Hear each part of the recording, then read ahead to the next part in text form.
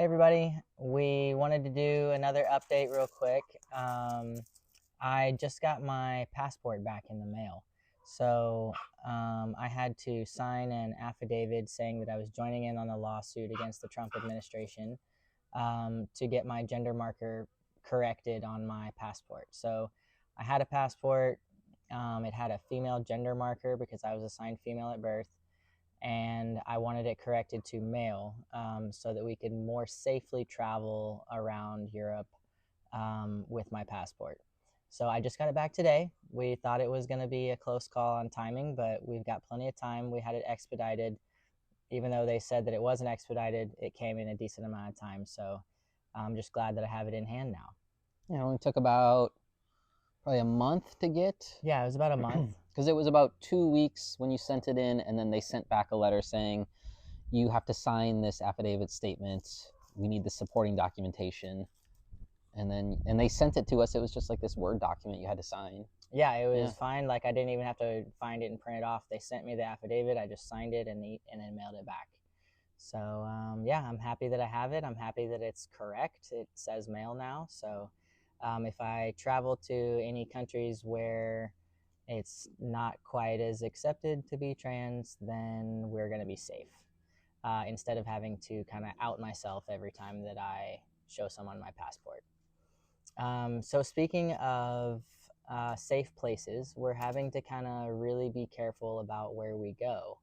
And we wanted to share with you guys some of the resources that we're using on how to stay safe while traveling as a trans queer couple. One of them is this book by Lonely Planet, the LGBTQ plus guide, travel guide. This was really cool. I found this online and we just got it off Amazon. It has interviews from all kinds of queer people that have traveled to these different cities around the world. It's a cool resource. So I just wanted to share that with you guys. You have anything to say about that? Yeah, I mean, it doesn't just have Europe, it has all over the world in it. But it'll take, I'll just pull one up for an example. It'll take, here's Puerto Vallarta, Mexico. So obviously we're not going to Mexico, but it has snapshots about the language they speak. The upper snapshot always has when their pride is, and it recommends what time frame of the year to go in terms of, best for weather, best for tourism. But then every log is probably 4 or 5 pages per country or per spot, and it'll be all written from the perspective of a local in that spot who has a really big queer presence. So there's lesbian couples and gay couples and trans folks and non-binary folks, and they're all making like a positive impact on their community, and it's their local guidance on where to go, what to eat, even just little snapshots of things that I would have never guessed. So, for example, this snapshot on Puerto Vallarta is don't drink the tap water. Always buy bottled water and bring hand sanitizer everywhere you go. Like, I wouldn't have known not to drink the tap water. Or it has tips for first-time travel with a little map. So there's been some cool places in here that just, opens our mind to some different areas, or, gives us a better idea of, hey, maybe we should think about no public PDA in these countries because, that's not accepted even amongst cis hetero couples, so let alone gay couples. So yeah, we've been pretty happy with this book. It has 30 different resources in it, or 50 different resources.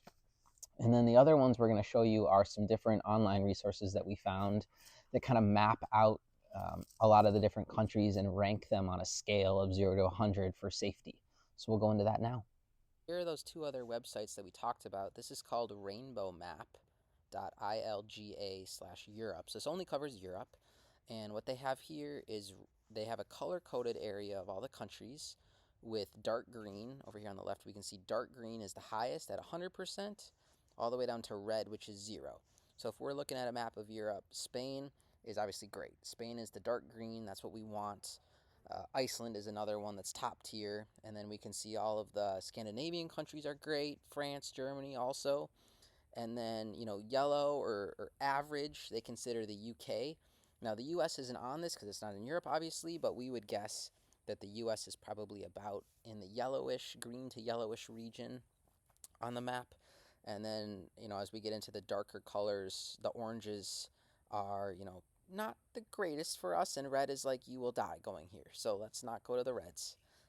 What surprised us about this was Italy. I never thought that Italy was that rough, but apparently it is. It's dark orange. It's not great. So and then you can scroll down, and you can also see it by certain categories. You can see it in the bar chart as well, but you can see it by, equality, family, hate crime, and here's all of the countries per year. Number one, Malta is actually the highest ranked country on the list. All the way down, we can see them get lower and lower. Croatia, we've thought about going to. That's 49%, so it's decent. It's above the UK at 45. Andorra is decent, 43. Albania, where we will probably end up at some point, is a little bit rougher at 35. And then it just starts getting worse from there. Italy's 24%. Then we start getting in the countries that, basically we just shouldn't go at all. So that is the rainbow map, and they update it for every year. And then the other place is this LGBTQ plus worldwide travel map, which is from allgaylong.com. But you can scroll down, and they have it as well by color, but their colors are a little bit different. Green is the best, light blue is in the middle, and then orange is rough, and red is like death penalty. We shouldn't go to the red. So we can see the whole world here. And if we scroll down, it's also alphabetical by country, and here has the whole world. So for example, Afghanistan, we're definitely not going. Avoid travel, death penalty, or imprisonment. Yep, let's not go there. Albania, for example, which we probably will go to, wouldn't suggest PDA. Be careful in public. So we're protected from discrimination, but we're not recognized. So, it just gives us a better idea looking at the whole world of where we want to go, and gives, a little snapshot. Czech Republic, relatively tolerant. Awesome, great. Denmark, complete acceptance. PDA is okay. It's consistently ranked among the most LGBTQ friendly countries in the world. Okay, awesome. So we're just taking a look at this. Obviously within a country, there's also the rural versus urban areas that's going to change, but we at least want to get a gist of the entire country's stance on queerness before we decide to, book a flight to Morocco, which is bright red and we're not going. So we just wanted to share that with you.